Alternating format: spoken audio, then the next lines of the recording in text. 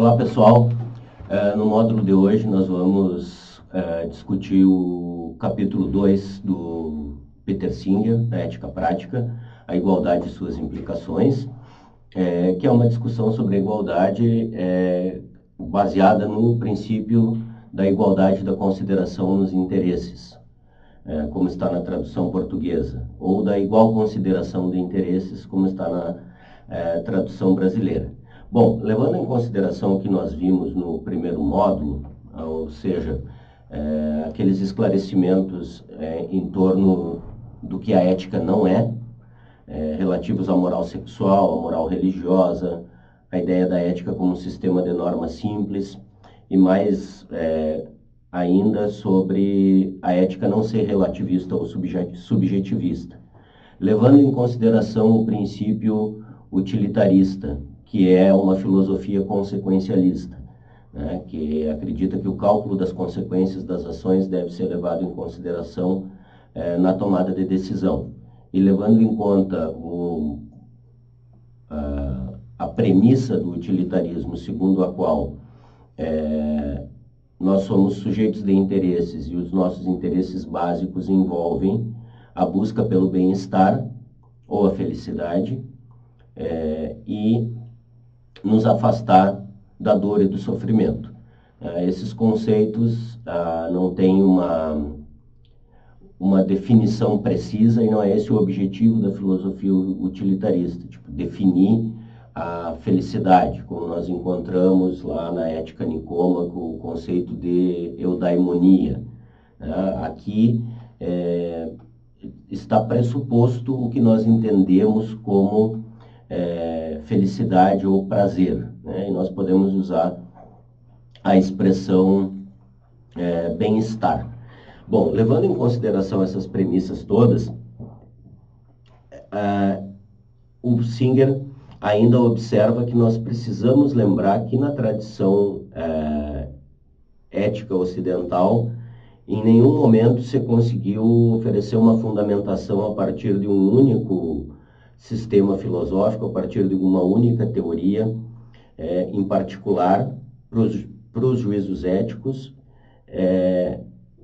e ao mesmo tempo não se conseguiu abrir mão do caráter da universalidade que tanto os juízos éticos particulares que nós proferimos para determinar a ação, quanto as teorias filosóficas, nesse sentido, da universalidade. Não se abriu mão da universalidade que tanto a teoria quanto os juízos éticos particulares devem ter. Em outras palavras, como diz o Singer, no capítulo 1, na segunda parte, ele diz: se eu quero que os meus argumentos sejam levados em conta, se eu quero que a justificação para a minha ação seja levada em conta, eu não posso desenvolver os argumentos ou desenvolver a justificação exclusivamente em termos de interesse pessoal. Isso significa que eu tenho que levar em consideração os interesses de todos os outros que são afetados pelas consequências da minha ação. Por isso que o Singer diz que o utilitarismo é uma proposta mínima para a ação, né? Porque ao ter que calcular as consequências da minha ação para todos os envolvidos, eu percebo imediatamente a complexidade que isso envolve. E nós, no capítulo 2, nas discussões sobre igualdade de oportunidades e igual consideração de interesses, isso fica bastante explícito, né? Mas se trata de um reconhecimento da dificuldade intrínseca mesmo aos problemas com os quais a filosofia prática, em geral, tem que se deparar. Os problemas são complexos e as soluções, evidentemente, devem demandar bastante esforço e muitas vezes nós temos que conviver com a ideia de que nós não vamos conseguir encontrar a solução para todas as coisas a partir de uma única teoria, de um único remédio ou de uma única fórmula. Enfim, não se pode abrir mão da pretensão de universalidade dos juízos éticos. Talvez eu esteja enganado, mas eu acho que é mais ou menos isso que nós encontramos na formulação do imperativo categórico kantiano, entre outras coisas. Age de tal forma que tu possas desejar que a máxima da tua conduta se converta em uma lei universal, né? Ou seja, age a ponto que tu possa desejar que o princípio que tu usa para reger a tua conduta, para tomar decisão, né, possa ser seguido pelos outros também, né? Muito bem, isso está presente, portanto, em qualquer proposta da filosofia prática. Além disso, pessoal, no capítulo 2, antes de falar propriamente do problema da igualdade, o Singer faz uma espécie de balanço para a gente do amadurecimento de problemas tipicamente tidos como problemas que dizem respeito à reflexão filosófica em termos de filosofia prática. Ele nos diz que a nossa época, né, o livro já tem algum tempo, mas é bastante atual, mas que a nossa época viu uma transformação bastante grande nos valores que nós atribuímos a uma série de coisas. E ele lista a questão do aborto, a questão da eutanásia, a questão do suicídio, a questão da homossexualidade e a questão da igualdade. A gente pode, olhando assim, retrospectivamente rápido, ver que houve uma série de mudanças, ou podemos detectar algumas mudanças em relação a alguns temas como o Singer trata nesse livro. Mas, em linhas gerais, eu acho que as coisas continuam mais ou menos como ele coloca ali. O que ele nos diz? Que é possível que nós polemizemos a respeito de temas como aborto, como eutanásia, como a fidelidade, como a homossexualidade, e talvez a questão da orientação sexual tenha sido uma que evoluiu um pouquinho diferente em comparação com o que a gente vê aqui no livro, né? Mas que nós podemos defender teses antagônicas sem perder a nossa respeitabilidade social. Em relação principalmente a temas como aborto e eutanásia, é possível nós encontrarmos os posicionamentos mais discrepantes, ainda assim desenvolvidos em termos de argumentos sérios e honestos, e que não nos tornam pessoas desprezíveis do ponto de vista moral por defender essas teses. Ele diz, em relação à igualdade, parece que se passou uma coisa diferente, foi uma transformação mais completa. No segundo parágrafo, ele já diz que a ideia de que todos os seres humanos são iguais faz hoje parte da ortodoxia ético-política predominante. Em outras palavras, no mundo civilizado, nós não discutimos se as pessoas são iguais, nós discutimos a partir da premissa de que os seres humanos são iguais. Os tempos atuais têm observado novamente o crescimento de teses contrárias à igualdade. Nós temos visto, lamentavelmente, o crescimento e uma espécie de despudor, uma desnecessidade de esconder posicionamentos que são claramente contrários à igualdade entre as raças, entre os sexos, mesmo entre as classes sociais. De qualquer forma, apesar de nós estarmos vendo esse tipo de coisa nos tempos atuais, continua valendo a premissa. Numa sociedade civilizada, ou pessoas civilizadas, não aceitam esse tipo de defesa da desigualdade. E pessoas, que é o que ele apresenta no livro, que defendem ou que acreditam que as pessoas não são iguais e devem ser discriminadas pela raça ou pelo sexo, normalmente elas têm uma espécie de receio de manifestar publicamente as suas opiniões, porque sabem que a sociedade esclarecida não aceita isso. Então, esse pudor, muitas vezes, nós estamos vendo se perder hoje, e a banalização dessas questões é uma questão bastante preocupante, mas não é uma questão exatamente para agora. Mas vale observar como, ultimamente, nós vemos a defesa do indefensável com uma naturalidade espantosa, muitas vezes. Mas, bem, vale repetir. Uma sociedade civilizada, democrática, aberta, incorpora a ideia de que todos nós somos iguais. Isso faz parte da ortodoxia ético-política predominante, nas palavras do Singer. A questão filosófica é: o que significa dizer que nós somos iguais? Essa é uma questão que é o fio condutor, que é o fio da meada da questão da igualdade. Existem diferentes respostas em diferentes teorias filosóficas sobre isso. A do utilitarismo nos diz que nós somos iguais em interesses. Para o utilitarismo, nosso interesse básico é a busca do prazer ou da felicidade, ou evitar a dor ou o sofrimento, ainda que nós não precisemos definir exatamente essas coisas agora, porque, como diz o capítulo 1, também a filosofia do utilitarismo considera que boa parte das dificuldades ou dos dilemas nós resolvemos de forma intuitiva, porque em geral nós sabemos aquilo que é bom para nós e aquilo que nós queremos evitar. Então a definição conceitual sobre o que é um bem, o que pode ser considerado um bem, o que é definido como felicidade, como eu já disse antes, não é o mais relevante aqui. O mais relevante é nós observarmos que a reflexão nesse capítulo procura nos mostrar que nós não devemos buscar a igualdade em termos factuais, em termos empíricos. Porque se nós buscarmos a igualdade em termos empíricos, nós simplesmente não vamos encontrar. Dizer que os seres humanos são iguais deve querer dizer outra coisa. Nós não somos uniformes, nós não somos todos da mesma altura, nós não somos todos da mesma cor, nós não temos as mesmas características de personalidade, e nenhum teste empírico e nenhuma metodologia científica poderá fazer mais do que mostrar o quanto nós somos desiguais. Essa é uma desigualdade de fato.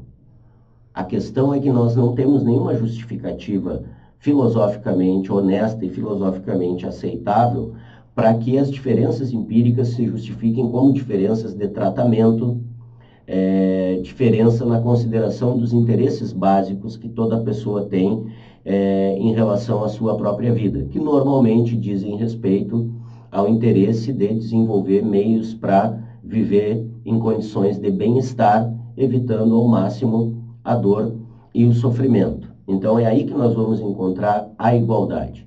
A igualdade na consideração dos interesses de todos os envolvidos envolvidos na ação. E aí nós podemos avançar na reflexão. Quer dizer, por mais que nós tenhamos dados empíricos que mostram que existe uma superioridade em quocientes de inteligência, se nós compararmos as populações asiática, de origem asiática, de origem europeia e de origem africana, o autor cita as pesquisas genéticas do Arthur Jensen e do Peter Eysenck, e mostra como, já nos anos 70, esses autores mostravam que havia uma série de evidências, relativamente a esta relação. Tipo, um maior desempenho em um determinado tipo de atividade ocorre num grupo étnico X e em vantagem sobre um determinado outro grupo. Se nós destacarmos uma outra série de características que não seja o quociente de inteligência, nós vamos encontrar superioridade de um outro grupo racial em relação ao grupo anterior. Enfim, a pesquisa genética parece confirmar que existem certas relações e, portanto, nós não temos uma explicação exclusivamente ambiental para as nossas diferenças de comportamento e etc. E o autor faz essa reflexão ao longo do capítulo. Será que nós podemos explicar a maior agressividade masculina observada? Por exemplo, a imensa maioria dos assassinatos e dos assassinatos violentos que ocorrem no mundo são praticados por indivíduos do sexo masculino. Será que nós podemos atribuir isso exclusivamente a fatores ambientais? Não. A genética parece ter uma relação aí. O autor nos lembra que em indivíduos do sexo feminino, expostos a uma grande quantidade de hormônio masculino, observou-se uma maior agressividade. né? Pesquisa empírica, científica. Então, tem uma relação. A hipótese genética descarta completamente a hipótese ambiental? Não, provavelmente elas são complementares e provavelmente nós venhamos a evoluir ainda na compreensão dessa complementariedade. O que importa é que nós não encontramos nenhuma base, e as diferenças empíricas não são uma base para uma desconsideração dos interesses de forma igualitária. Em outras palavras, nós podemos discutir o significado de um teste de QI. O QI mede um tipo de inteligência, um tipo de habilidade. Mas, em outras palavras, nós não podemos justificar diferenças de tratamento social com base em diferenças de quociente de inteligência.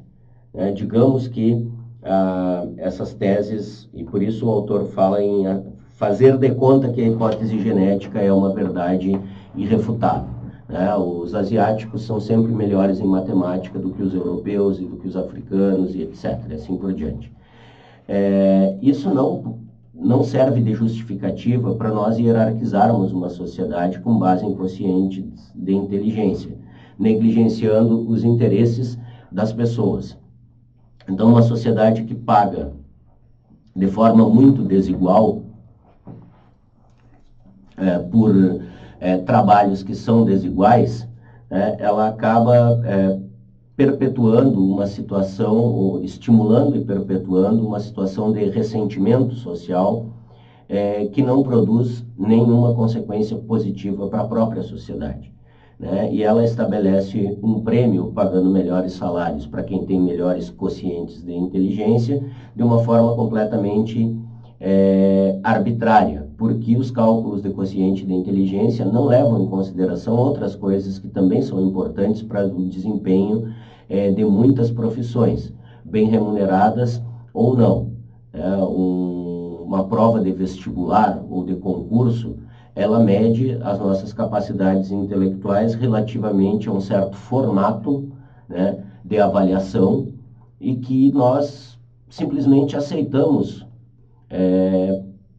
em outras palavras, como se diz em sociologia, porque sempre foi assim. Nós reificamos, nós passamos a ver aquilo como uma coisa imutável.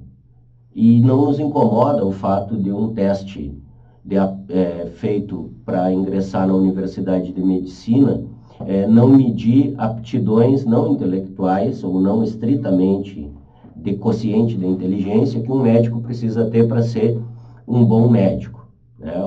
Os testes que nós fazemos por aí para procurar emprego, para entrar na faculdade, eles não são nada reveladores de características que são extremamente importantes para o desempenho das profissões. Tipo, ter empatia, ter respeito pelo próximo, ter, enfim, uma série de características de caráter, de personalidade, que são tão decisivas quanto o quociente de inteligência. Então, o que é levado em consideração aí? Exclusivamente o desempenho em testes. A nossa sociedade, em grande parte, é hierarquizada assim. Mas isso nada diz sobre os interesses das pessoas, tanto as que entram como as que ficam de fora nesses testes. Depois o autor vai discutir isso quando ele tratar da questão da ação afirmativa. O importante é que, por mais que nós consigamos comprovar a hipótese genética, tanto em relação às diferenças raciais quanto às diferenças sexuais entre homens e mulheres, nós não temos aí uma base defensável que justifique a desigualdade na sociedade. Argumentos como o lugar natural das mulheres no ambiente doméstico, etc., etc., e o autor reflete sobre essas questões ao longo de algumas páginas, não sustentam de nenhuma forma um tratamento desigual dado a homens e mulheres. Supondo, ele diz, que fosse verdade que as mulheres têm uma aptidão natural para determinadas atividades e os homens têm uma aptidão natural para outras, supondo, tratando isso como verdade, só para deduzir as consequências, para fazer a reflexão, não se justifica nenhuma desigualdade no que diz respeito aos interesses de bem-estar que homens e mulheres têm na sociedade. Então, submeter as mulheres a uma condição de inferioridade social e de inferioridade moral é algo absolutamente contrário à consideração dos interesses das pessoas, porque independente das suas características genéticas, né, nenhuma diferença factual ou empírica interfere no princípio da igualdade na consideração dos interesses. Os nossos interesses básicos não são afetados pelo nosso quociente de inteligência, pela nossa massa muscular, pela presença de hormônio masculino ou feminino em maior quantidade em nós. Pessoas mais inteligentes e pessoas menos inteligentes têm o mesmo interesse de evitar a dor e o sofrimento. Pessoas com diferentes cores de pele têm o mesmo interesse em evitar a dor e o sofrimento. Pessoas de diferentes sexos e diferentes classes sociais têm o mesmo interesse em evitar a dor e o sofrimento e buscar condições de bem-estar. Isso é uma evidência. Então não se justificam moralmente, não são aceitáveis argumentos que pretendam justificar a desigualdade com base em diferenças empíricas. Muito bem, adiante, e disso nós vamos tratar na próxima videoaula, o autor fala sobre as limitações do ideal de igualdade de oportunidades e como nós podemos chegar do ideal de igualdade de oportunidades ao ideal de igualdade de consideração. Faz as reflexões sobre as políticas de ação afirmativa, como reserva de cotas, por exemplo, e ainda nos apresenta uma nota conclusiva sobre igualdade e deficiência. Disso nós tratamos na próxima videoaula. Por hoje era isso e obrigado.